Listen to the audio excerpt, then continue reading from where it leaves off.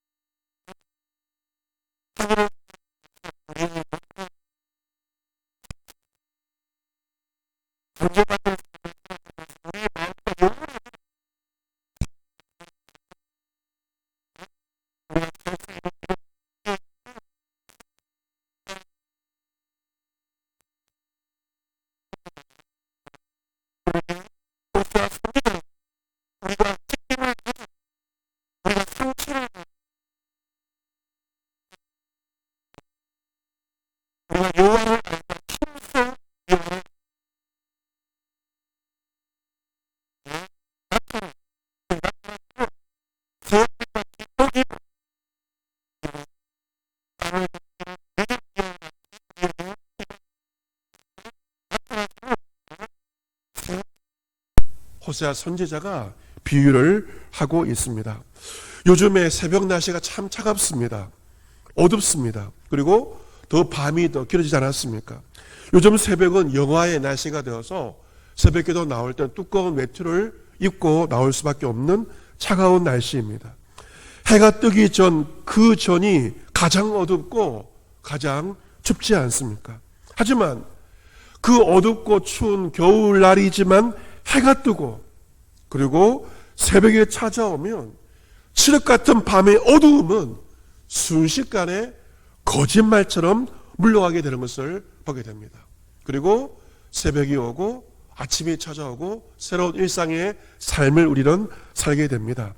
인류 역사상 한 번도 새벽이 오지 않은 적은 단 하루도 없습니다.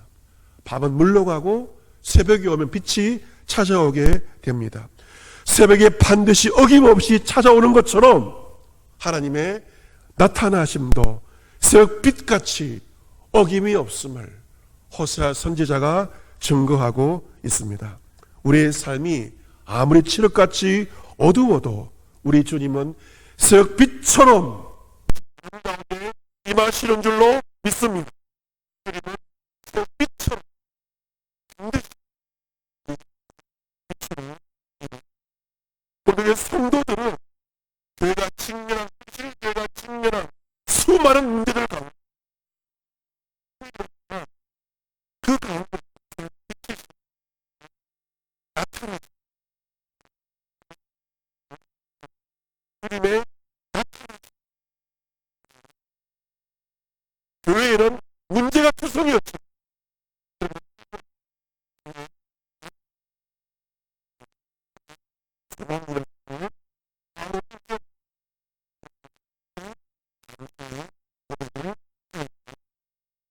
우리의 소망도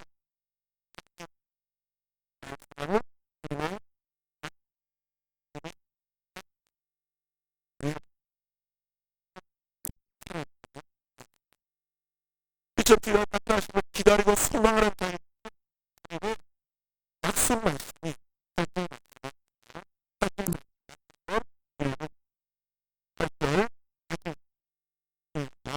주께서 너희를 우리 주 예수 그리스도의 날에 책망할 것이 없는 자로 끝까지 견고하게 하시리라.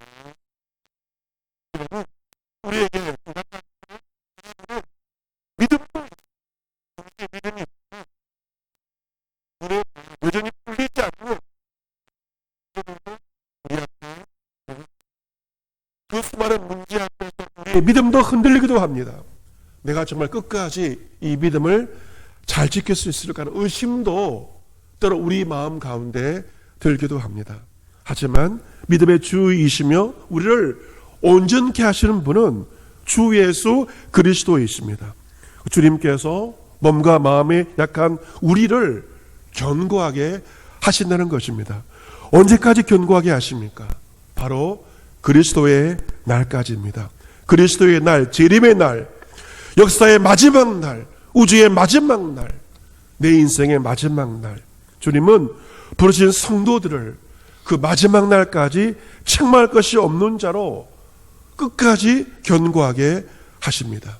이것을 가리켜서 신학적인 용어로 성도의 견인이라고 그렇게 말합니다. 같이 해볼까요? 성도의 견인. 여러분, 견인하면 어떤 것이 먼저 떠오르십니까? 견인차. 차를 몰다가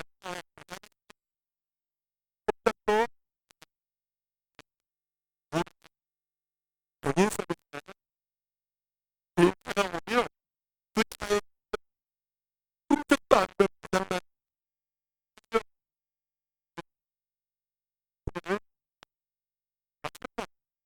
우리 몸과 마음이 부상난 실족한 그 능력의 손으로 견고하게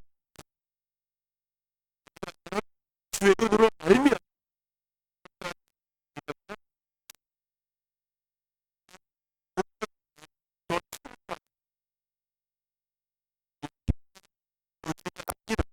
그 견인한 주의 은혜로 말미암아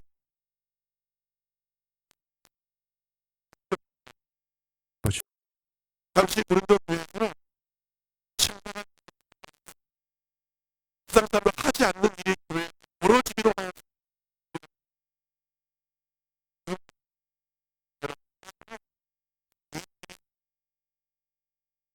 세상에 대한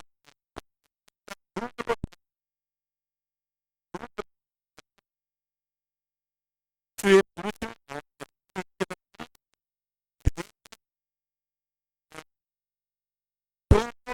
이런 말은 수많은 왜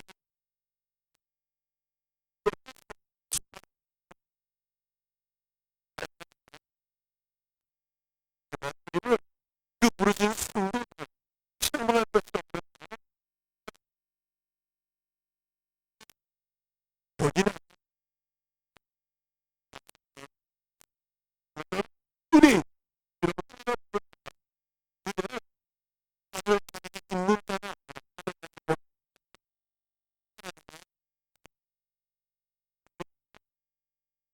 우리의 성도들은 그 은혜와 문제투성이었지만 그럼에도 불구하고 그 성도들이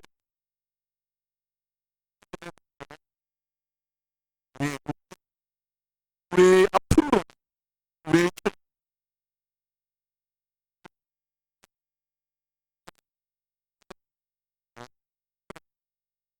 구절 말씀으로는 너희를 불러 그리 아들 예수 그리스도 우리 주와 무지하게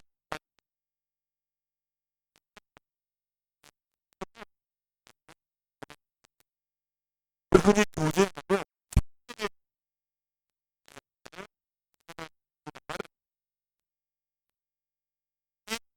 주님과의 관계가 무슨 사람과의 문제의 문제가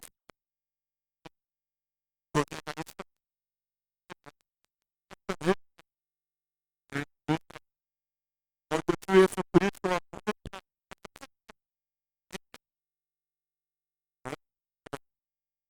이보다는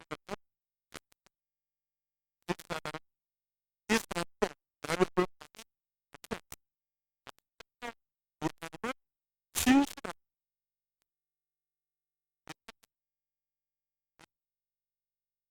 사도 바울은 문제가 그 은혜 뿌리에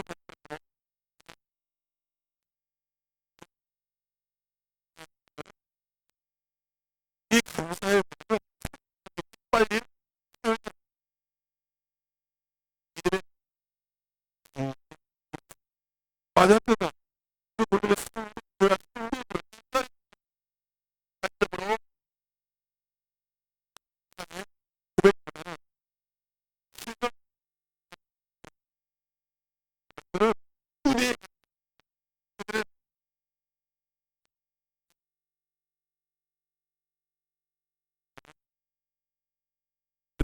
여러분께서 여러분 가정의 식구들 그리고 여러분의 섬기는 교회와 성도들을 어떤 관점으로 바라보느냐가 얼마나 중요한지 모릅니다.